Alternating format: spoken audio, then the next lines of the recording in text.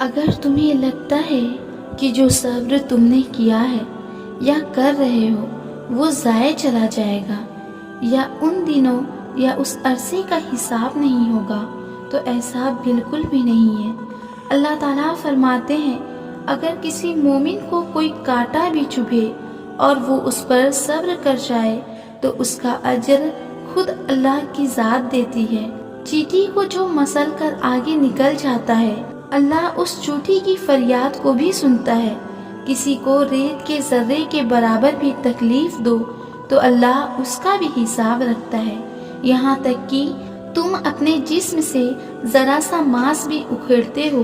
جس کی وجہ سے تمہارے جسم کو ذرا سے بھی تکلیف ہوتی ہو، اللہ اس کا بھی قیامت والے دن حساب لے گا۔ تو یہ کیسے ممکن ہے کہ کسی شخص کی دی ہوئی تکلیف کی وجہ سے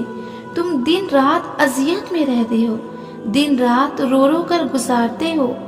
ان راتوں کو بھی یاد کر کے صبر کرتے ہو جن کو یاد کرتے ہی تمہارا دل پھر سے تکلیف میں چلا جاتا ہے۔ اللہ تمہارے اس صبر کو ضائع کرے گا ہی نہیں، اللہ سب کچھ دیکھ رہا ہے۔ قرآن پاک میں اللہ فرماتا ہے وہ تمہیں دیکھ بھی رہا ہے اور سن بھی رہا ہے، اس کو یہ بھی پتا ہے کہ تم بہت تھک گئے ہو، اور کئی دفعہ اللہ سے کہتی ہو کہ اللہ میں تھک گئی ہوں، تم بالکل بے بس ہو، بس انتظار کر رہی ہو، دعائیں قبول ہونے کے انتظار میں ہو۔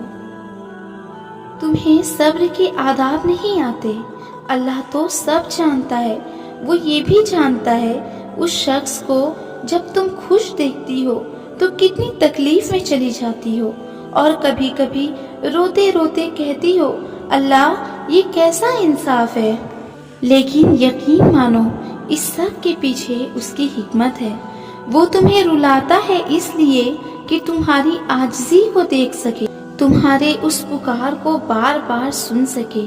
حالانکہ جو قصہ ایک دفعہ اس کو بتا دو اس کو بار بار دہرانے کی ضرورت نہیں پڑتی، وہ تمہارے آنسو تڑپ سب اکٹھا کر رہا ہے۔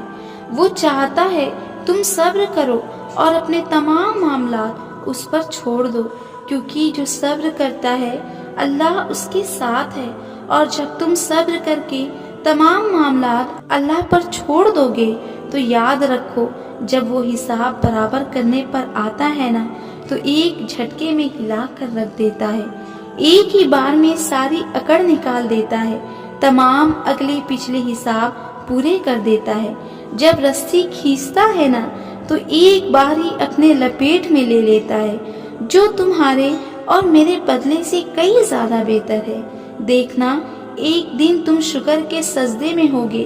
اور آنسوؤں سے تمہارا چہرہ اور جینماز بھیگ چکا ہوگا، تمہاری سمجھ میں نہیں آئے گا کہ کس طرح اس رب کا شکر ادا کرو۔ تمہاری وہ دعا جو تمہیں ہر نماز میں یاد آتی ہے، جو تم سجدوں میں گر کر مانگتے ہو، جو تمہیں بے چین کرتی ہے، وہ ضرور قبول ہوں گی، وہ صداؤں کا جواب دیتا ہے،